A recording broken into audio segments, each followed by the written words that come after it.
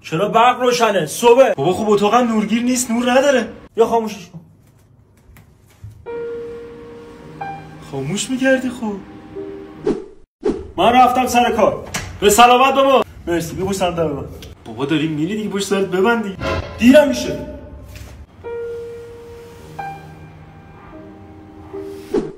اخبار زیادش کنم چی میگی؟ بابا کنترل که تو جیبته. برو بیارش.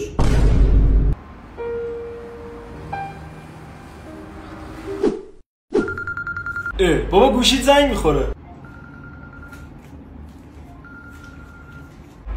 بابا بیارش ببینم کی.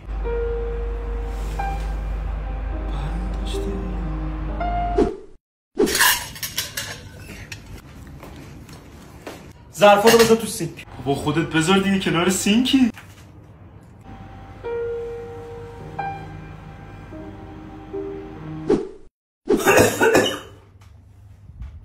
پسر. بله بابا. دستمال توالت تموم شده، برید دستمال توالت بیار. دستمال توالت کنارته بابا. هست. خب یه سیفون رو بکش.